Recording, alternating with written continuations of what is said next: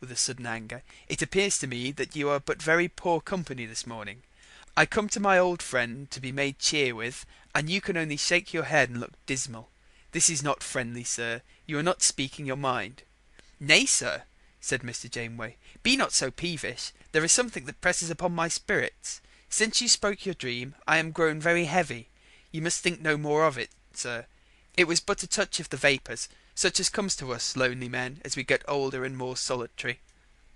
Mr. Debris got up, shaking his head and looking very sullen, and marched off without a word. He went about his business as usual, but he found himself day by day in a disordered mood. He ate little, and spoke not at all, though he had been ever ready with his tongue. He slept brokenly, and presently, as he sat alone in his room, he began to hear whispers in his ear, or he would think that he was called, and his brother fellows began to be concerned about him, wondering why he peered so often into the corners of the room, and why he wheeled round so sharply in the street to look behind him as he walked alone. It was a very wet and dull afternoon at the end of November, and Mr. Debris had sat all day indoors. Just about dusk he remembered that he had a word to say to the stonemason who worked for the college about some tiling on the roof. He went out of his rooms and found the whole place very still, with a light rain falling. He walked out of the gate and turned to the left at once, down the lane that ran close by the college, the stonemason's yard being at the end of it by the water's edge. When he got there, he found the mason with a lantern in his hand, looking about among some piled up stones in the yard. Mr. Debris went to speak to him, and broke off in the middle. He felt very much displeased to see what was evidently the headpiece of the old stone coffin lying on the ground. "How comes that there?" he said with a sudden sharpness. "Why, sir," said the mason, "you ordered me to take it and break it all up, and it has lain there ever since." "What is that which lies inside it?" said Mr. Debris in a loud voice. The mason turned his lantern on the piece.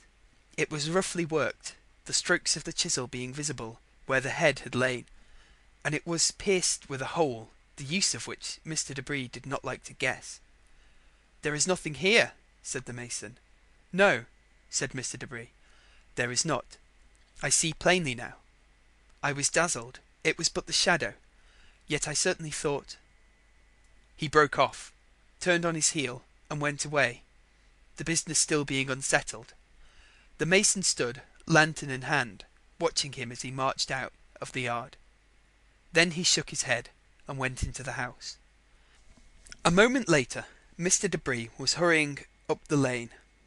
It was very dark, and the rain kept all men at home. On his right, the wall of the college towered up in the misty air, and he could see a few lighted windows very high above. The houses on his left seemed all dark and comfortless. He went on until he was close about his own rooms, which lay next to the street. Suddenly, out of the window of his own bedroom, just above him, not a yard away, there came with a silent haste the head and shoulders of a man, wrapped up, it seemed to Mr. Debris, in a parti-coloured robe, black and white, with a hood over the face. But the face itself was visible, a dead yellow-white like baked clay with holes for eyes. There came a faint thin voice upon the air, and words that sounded in Mr. Debris's agonized ears like "Quare inquitasti me ut suscitare." But Mr. Debris heard no more. He fell all his length in the wet road, and presently turned over on his back, where they afterwards found him, still looking upwards. End of The Stone Coffin by B.